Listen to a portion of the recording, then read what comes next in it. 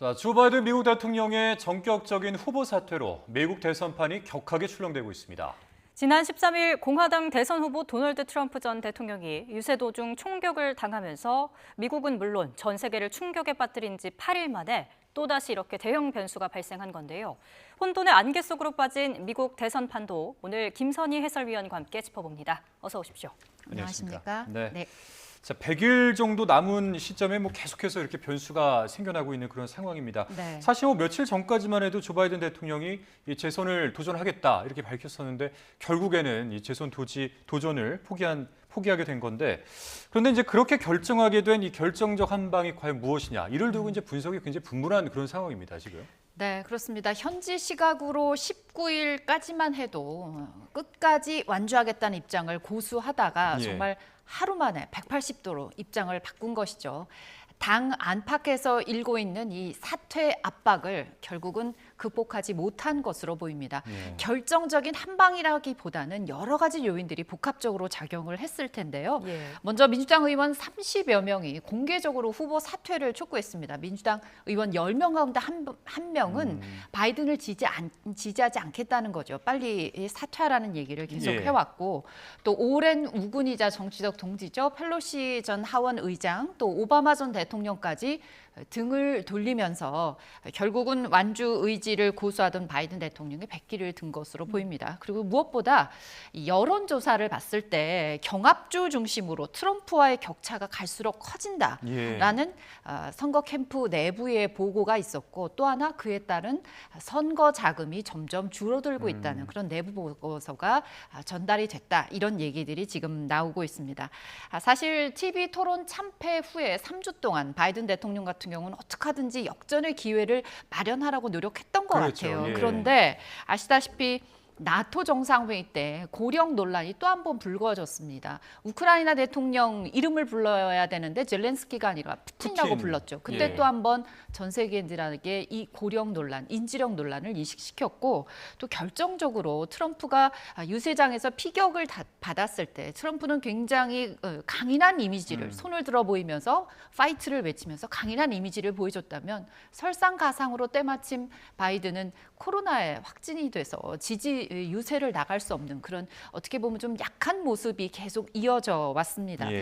그래서 이러다간 대선도 대선이지만 의회마저도 장악될 수 있다. 공화당에 지금 현재 하원은 이미 공화당이 다수고요. 상원도 뺏길 수 있다는 여러 가지 위기 의식들이 복합적으로 작용을 해서 TV 토론이 있은 지 25일 만에 전격적으로 사퇴를 발표하면서 명예로운 어떤 퇴진 수순을 밟은 것이 아닌가, 이렇게 보고 있습니다. 네, 사실 공화당은 지난주 전당대회 통해서 트럼프 전 대통령을 후보로 확정하지 않았습니까? 이렇게 바이든이 재선 도전을 포기하면서 누가 새 대선 후보가 되느냐, 이게 관심이 또 쏠리고 있거든요. 그렇습니다.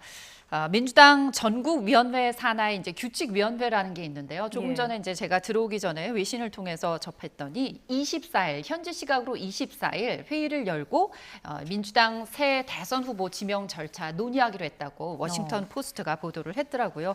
워낙 전국적인 초미의 관심 사항이다 보니까 24일 열리는 회의, 전국위원회가 유튜브를 통해 생중계하겠다, 이런 얘기를 했다고 합니다.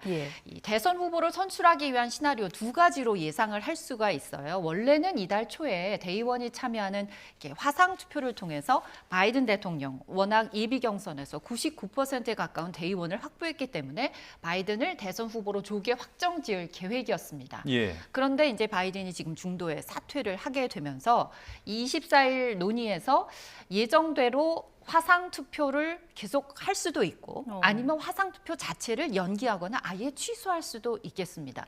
만약에 화상 투표를 해서 과반을 얻는 그런 후보자가 나오면 이제 그 후보로 결정이 되겠죠. 그런데 후보자가 과반 지지자가 안 나오거나 아니면 화상 투표 자체가 취소된다. 왜냐, 당내에서 이미 개방적인 경쟁을 해야 된다라는 요구들이 나오고 있기 때문에 화상 투표를 안 하게 되면 다음 달 19일부터 22일까지 시카고에서 열릴 예정인 이 전당대회에서 현장에서 투표로 대의원 4,600여 명이 직접 한 명 한 명이 투표를 해서 그 자리에서 이제 대선 후보가 결정될 수 있습니다. 예. 이럴 경우에 전당대회는 그야말로 경선 후보자들이 공식적으로 이제 경쟁에 참여해서 한 표 한 표를 얻어야 하기 때문에 굉장히 치열한 접전이 벌어질 수 있겠죠. 예. 이렇게 한 표 한 표를 호소하는 이른바 오픈 컨벤션이 열리는데 사실 1968년 이후 개최된 적이 없어요. 당시에 워낙 경선이 뜨거워서 치열하다 예. 보니까 폭력 사태가 일어나서 그다음에는 아예 경선 방식을 민주당이 바꾼 거거든요. 예. 그런데 이 현장 그 결선 투표에 나가는 경선에 나가려면 최소한 대의원 300명의 서명을 일단 받아야 됩니다. 그래서 아마 바이든 대통령이 지금 현재 해리스 부통령을 나는 지지한다라고 얘기를 했지만 해리스 후보 부통령 역시 이 경선에 출마를 해야 하는 상황이거든요. 만약에 이 오픈 컨벤션이 열린다면. 예. 그렇기 때문에 해리스와 경쟁하려고 하는 다른 후보들은 이 또 대의원 300명의 지지를 먼저 받아야 하는 또 숙제가 있습니다. 예. 이때 1차에서 만약에 과반이 나오면 바로 확정이 되고 또 1차에서 과반이 안 나오면 또 2차 투표까지 해야 되는 그런 좀 지난한 과정이 걸리는데요. 민주당 지도부 입장에서는 새 후보를 빨리 뽑아서 선거운동을 할 수 있도록 하는 것이 중요하기 때문에 아마 이 부분에 중점을 두고 24일 회의를 열리지 않을까 이렇게 생각이 됩니다. 또 하나 중요한 것이 예. 대표적인 경합주인 이 오하이오주 같은 경우 그 주 법에 대선 90일 전까지 후보 등록을 마쳐야 한다고 합니다. 그래야만 그 후보자가 11월 5일 대선 투표할 때 그 투표용지에 이름이 나온다고 그러거든요. 그러니까 대선부터 90일 전면 따져보면 8월 7일이에요. 예. 그러니까 8월 7일 전에 후보자가 확정이 돼야 하는데 민주당 그러니까 입장에서 오늘이 105일 전이니까 이제 5일 뒤죠. 또 쉽게 말하면. 90일 전이기 그렇죠. 때문에 이제 15일, 8월 15일 뒤죠. 네, 2주 뒤. 8월 예. 7일이 이때까지 만약에 민주당 후보가 확정이 안 되면 오하이오주 같은 경우는 중요한 선거인단 수를 민주당이 얻지 못하기 때문에 이 부분도 굉장히 고심해서 논의를 할 것으로 보입니다. 예. 일부에서 그래서 뭐 온라인 투표나 화상 투표 대안으로 나오고 있고 하지만 여전히 민주당의 어떤 지지층 그다음에 국민의 관심을 끌어모으기 위해서는 어떤 방식으로든 경선을 해야 된다. 이런 주장까지 나오고 있기 때문에 이 모든 걸 감안해서 24일 아마 경론이 벌어지지 않을까 싶습니다. 근데 이제 바이든 대통령이 후보직을 사퇴를 하면서 이 해리스 부통령의 지지를 공식적으로 좀 선언하지 않았습니까? 네. 뭐 그러면서 이 민주당의 주요 인사들의 이 지지 표명이 좀 잇따르고 있는 그런 모양새인데 그러면서 뭔가 자연스럽게 해리스 부통령 쪽으로 뭔가 느낌이 좀 결집된다 이런 느낌을 좀 받고 있거든요. 민주당 대선 승리를 위해서는 이제 말씀하신 것처럼 해리스 부통령 중심으로 뭉쳐야 된다. 이러는 주장을 하는 쪽이 있는가 하면은 예. 아까 말씀드린 것처럼 국민적인 관심 또 민주당을 위한 여러 가지 지지 이런 걸 끌어모으기 위해서는 흥행을 위해서라도 뭐 미니 경선이라도 반드시 치러야 된다. 이런 쪽으로 의견이 나누고 있습니다. 네. 그래서 민주당 만약에 경선을 치를 경우 출마 가능성이 거론되고 있는 주자들이 있죠. 예. 해리스 부통령을 포함해서 뭐 휘트머 미시간 주지사가 있다든가 샤피로 펜실베니아 주지사 또 게빈 뉴섬 캘리포니아 뉴지사 등 여러 명이 있는데 이런 상황에서 이 잠룡으로 거론되는 게빈 뉴섬 캘리포니아 주지사와 샤피로 펜실베니아 주지사 등이 잇따라 해리스를 지지한다고 지금 선언을 하고 있습니다. 예. 또 민주당 상하원 의원 또 주지사 포함하면 모두 한 286명인데 이 가운데 절반이 넘는 159명의 해리스 지지를 표명했고요. 또 미국 50개 주의 민주당 조직을 이끄는 주 당위원장들 역시 민주당을 지지하겠다고 만장일치로 결정을 한 상황입니다. 그런데 중요한 거 민주당을 이끌고 있는 지도부죠. 상하원 원내 대표들은 바이든의 사퇴를 지지한다고 하면서도 어떻게 보면 당내의 경선하겠다는 목소리를 의식해서인지 해리스 부통령에 대한 얘기를 하지 않고 있어요. 또 누구보다 가장 먼저 개방적인 경선을 거쳐야 된다고 주장한 민주당의 그냥 원로죠. 힘 있는 원로, 아직도 영향력을 행사하고 있는 원로인 낸시 펠로시 하원 의장 역시 전 하원 의장 역시 해리스에 대한 지지를 하지 않고 있고 오바마 전 대통령도 해리스에 대한 지지를 하고 있지 않은 상황입니다. 네, 해리스로 결집이 될지 미니 경선이라도 치러질지 또 계속해서 지켜봐야겠고요. 네. 현실적인 고민도 있습니다. 러닝메이트였죠. 네. 이 해리스 부통령이 대선 후보가 돼야만 민주당이 모은 이 후원금이 꽤 되더라고요. 그렇습니다. 이게 또 선거운동에 사용할 수 있다면서요? 그렇습니다. 바이든, 해리스 이 러닝메이트 대선 캠프에 지금까지 한 2억 4천만 달러 이상이 모였다고 하거든요. 예. 그런데 이 바이든과 해리스를 위해서 기부를 했고 또 후원금을 모았기 때문에 둘 중 한 사람이 있어야만 이 선거 자금을 쓸 수 있습니다. 그런데 만약에 민주당이 전당대회나 아니면 화상투표나 어떤 형식을 통해서 다른 후보가 선출되면 이 후보는 이 선거 자금을 사용할 수가 없어요. 그래서 여러 가지 현실적인 문제까지 감안할 때 해리스가 대선 후보가 될 가능성이 높지 않을까 이런 얘기가 나오고 있고 실질적으로 바이든 대통령이 지금 민주당 대선 후보직에서 스스로 물러나자마자 굉장히 침체됐던 선거 자금 모금도 다시 활기를 찾았습니다. 민주당 거액을 기부해온 이 실리콘밸리 기업들도 참여를 하고 있고요. 예. 사퇴한 지 하루 만에 바이든이 자진 사퇴를 한 지 하루 만에 21일 하루 동안 약 5천만 달러, 우리 돈으로 694억 원의 기부금이 모였다고 합니다. 사퇴하자마자. 네, 이는 2020년 대선 이후에 민주당이 온라인 기금으로 모아온 기부금 가운데 가장 많은 액수고요.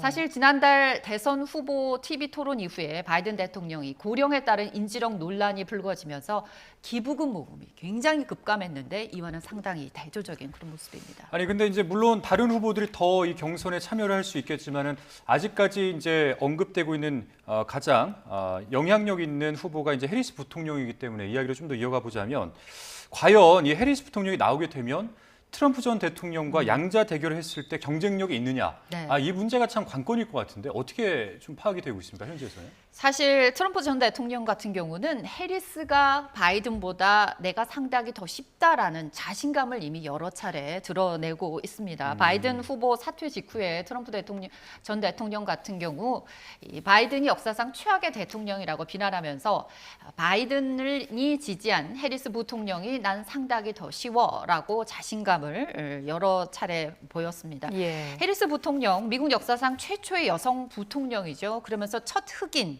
아시아계 부통령입니다. 캘리포니아 이민자 가정에서 태어났는데 자메이카 출신의 아버지, 인도계 어머니 사이에서 태어났습니다.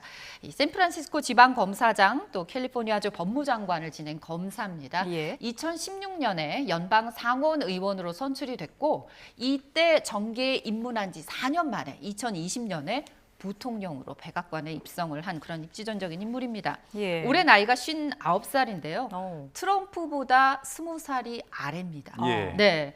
그래서 근데 많은 부분에서 뭔가 이렇게 좀 대척점이 있더라고요. 그렇습니다.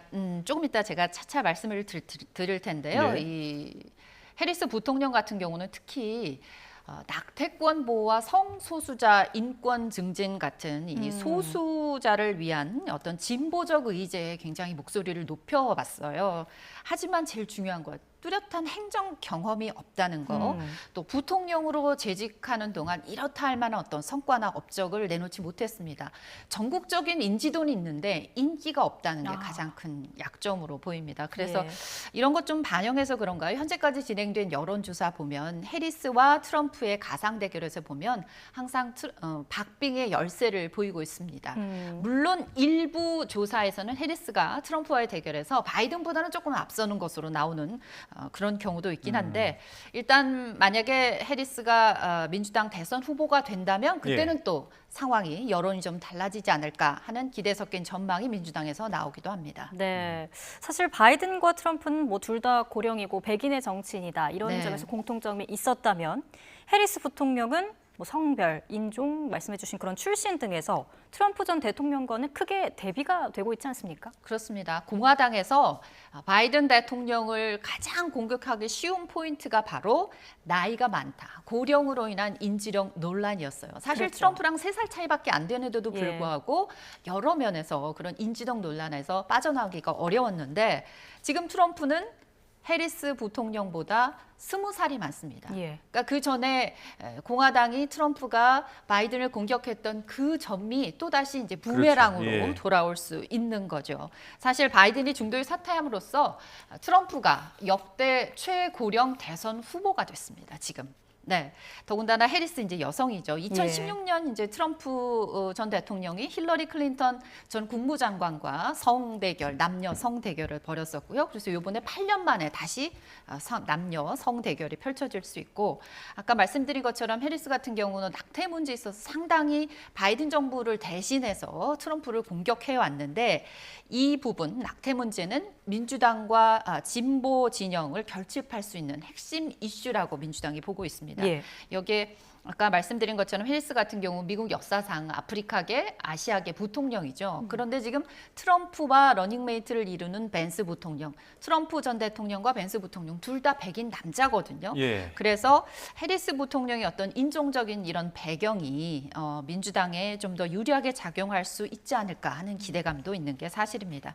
또 하나가 트럼프 전 대통령 같은 경우 현재 형사사건 4건으로 기소가 돼 있는데 예. 물론 이 중에 유죄 판결을 받은 것도 있습니다. 그래서 민주당이 중범죄자라고 공격하고 있는 상황에서 해리스는 검사 출신이라 이 부분에 있어서도 법을 수호하는 자와 범죄자 이런 식으로 지금 대결 양상을 보일 수 있겠고 예. 하지만 이제 정책적으로 해리스 같은 경우는 이제 바이든 정부에서 몸을 담고 있었기 때문에 트럼프 같은 경우는 바이든 조력자다라면서 바이든 정부에 대한 반감을 가진 지지자들을 그렇게 설득을 하고 있는 거죠.